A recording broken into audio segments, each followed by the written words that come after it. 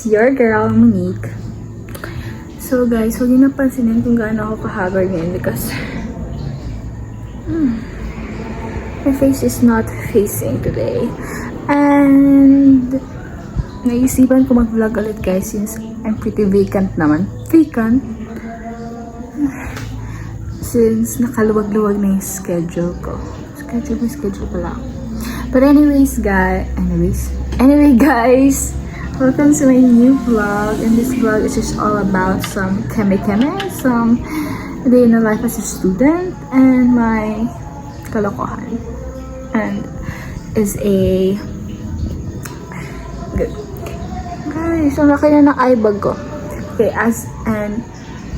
and my chiralo as a movie addict.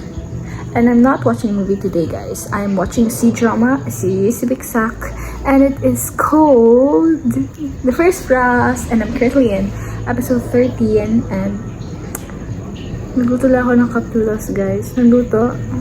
Hindi ko alam nagluto ba ba ito. And I'm using my chopstick for today since feeling ko nauuwihan ako sa sarili ko. Ayan, marami pala akong gagawin, so I'm gonna take you guys with me.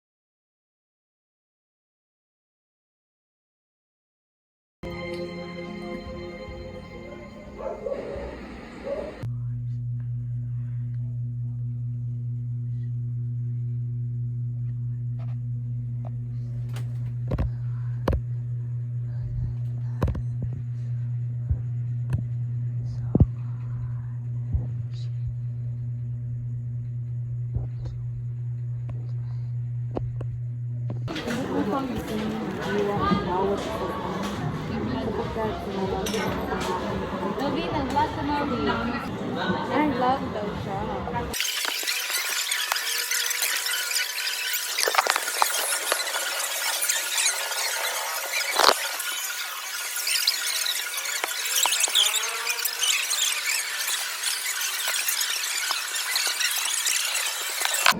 Uy, Kuya Mario, nagkay kalok-alay tira, Kuya Mario. Ay, kalok-alay. Sa video, handi ka. Ay.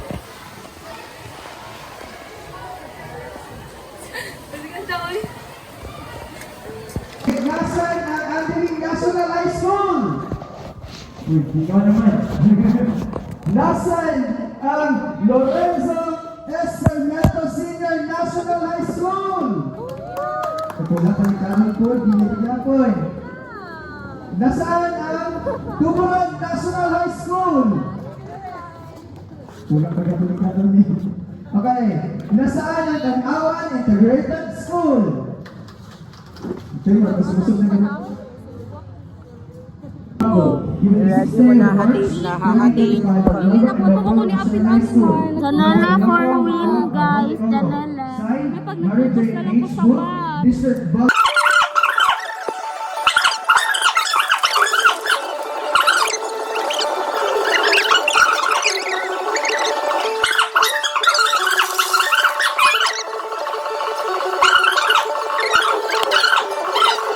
Kakauwi ko lang guys, and wala po akong masyadong proper introduction of this vlog.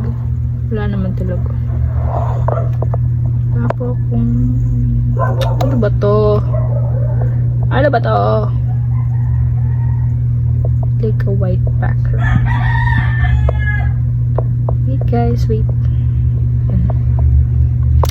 Okay, so kung yung napansinin yung damit ko guys at kung yung napansinin yung mukha ko, so kakagaling ko lang from Nuevo. Galing ko lang sa ibang school and kakagaling ko lang sa competition and nag-second ako guys, which is really happy for me because na-off yung light ko. Funny, wait. Funny, haha, wait. Guys, wait. Tatawa ako sa sitwasyon ko ngayon. So, good afternoon. Hi, hello. So, this is the proper introduction of our vlog. So, this vlog is all about just my daily diaries as a student na malapit na maging grade 9. As a grade 8th, as an 8th grade na malapit na mag 9th grade. So, yeah, wala namang masyadong nangyayari sa buhay ko. I just, kakatapos lang namin ng competition namin sa Sanaysay, which is I got second. And usually, guys, itong competition na to, may nag-elimination pa kasi kami, guys. Alam niyo ba, ang dami kong dinaanan para lang makatutog doon. So, I'm really happy na nag-second ako. District lang siya, marami akong, 5 lang naman kami magkakalaban, 5 lang kami, pero I got second, so it's happy pa rin naman para sa akin, no? And really guys, nung una kasi ng first is dito tayo kasi maganda. Hi! As my love. So, nung una kasi guys is nung una is nag-elimination kami sa room in our department, in 8th grade department. Nag-elimination kami. So, ako yung napili. And then after that, nag-competition na kami, kalaban yung iba't ibang grade level. And then, I got first. Ipakita ko muna yung medal, guys. So, and then dito naman kami, which is kalaban namin yung ibang school sa municipality namin. And, yeah, alam nyo guys, hindi ko na nasasabi sa vlog na yun, pero, feeling ko talaga, ginawa to ni Lord para sa akin na mas second ako. Feel ko talaga, ito talaga yung destiny ko na mas second. Since guys, di ba guys, sumali ako. Hindi ko na vlog yun. Tagal na nun eh. Di pa ako nag-start ng vlog. Hindi pa ako nag-vlog ng time na yun. But, in like mga November ata yun. Sumali ako sa, district na Math Olympics. And I got first, guys. So, dala ako sa division, which is kalaban namin is our whole Davao de Oro. And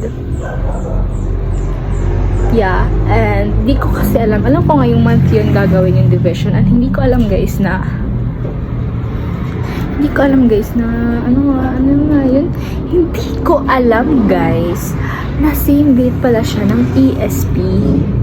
Same date siya nito sa Sanaysay ko, ng division ng Sanaysay ko. Kung na-first ako at nag-division ako sa Sanaysay, hatiin ko yung katawan ko. O diba, hindi ko naman kasi alam na same date sila. So parang na-culture shock ako doon.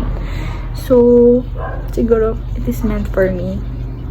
Rejection is redirection. Ika nga nila. So, this is me, guys. Ito yung nakuha ko, district, and here is first for our school. And yeah, ito lang yung mga medal ko for this grade. Nasasabit ko lang siya dyan kasi habang hindi pa tapos yung year, sinasabit ko talaga siya dyan. After pagtapos na yung year, yung after recognition, nilalagay ko siya sa isang ganito guys. Parang ganyan. With my certificate. So yeah, yun naman yung mga explanation ko ngayong araw. And this one is really nice. Wait guys, I need to show the natural light.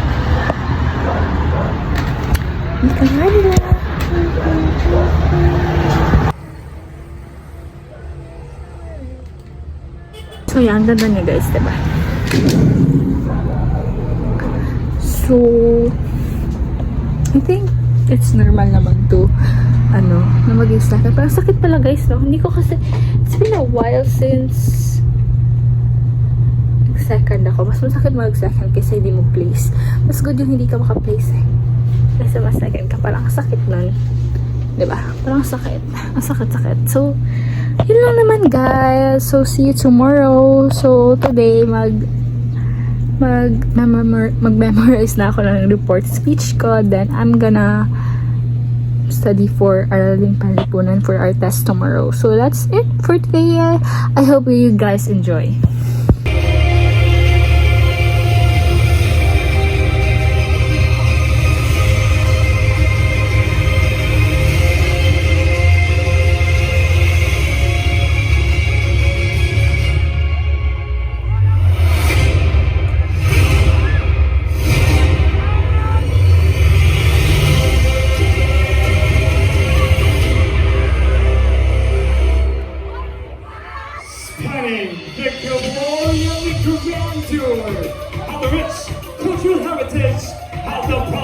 Octavo de Oro.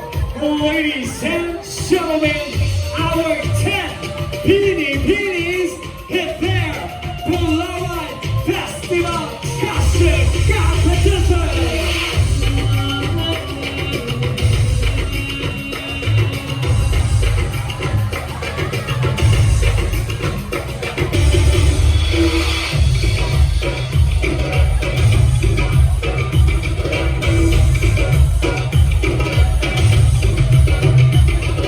Mama, truly a great day of golden opportunity and its enduring connection to the sea.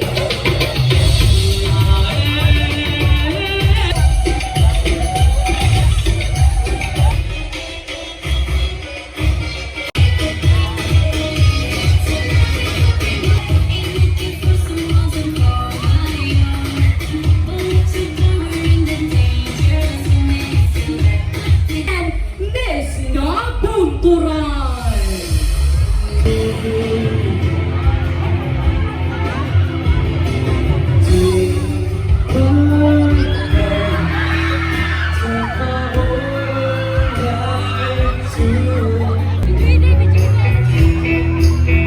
When it's cold outside, I've got your birthday.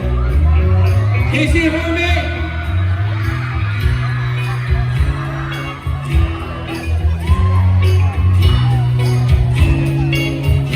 Yeah. My girl, my girl. So, good morning, guys. Morning. Good evening, guys. And currently, I am sorry. Currently, it's 8:40, and like, Abra. I'm still writing some notes for Aralpan kasi tinamad ako kanina, and anong ginawa ko guys? I just wala akong ginawa.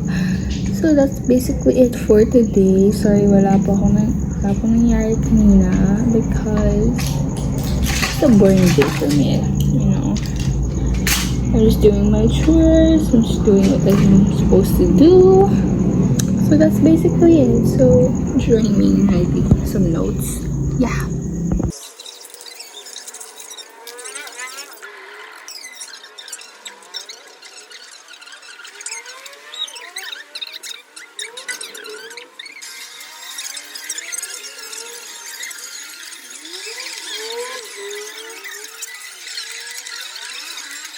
So I'm currently watching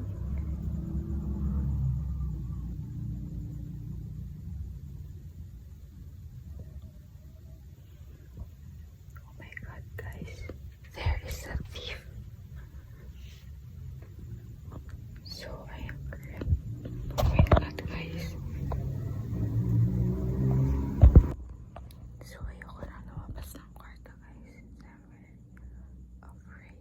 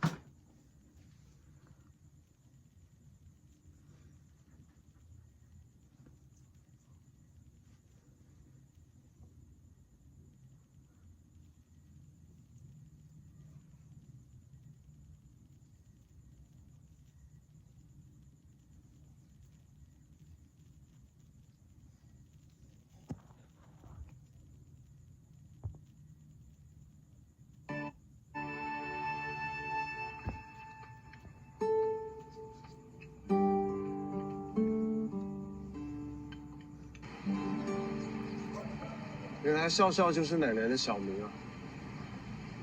你是不是还不知道爷爷把这半年的钱都花哪儿了？不就是花到那些跳舞的阿姨身上吗？爷爷是因为太想念。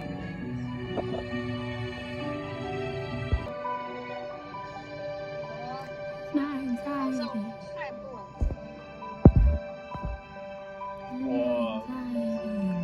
我还好。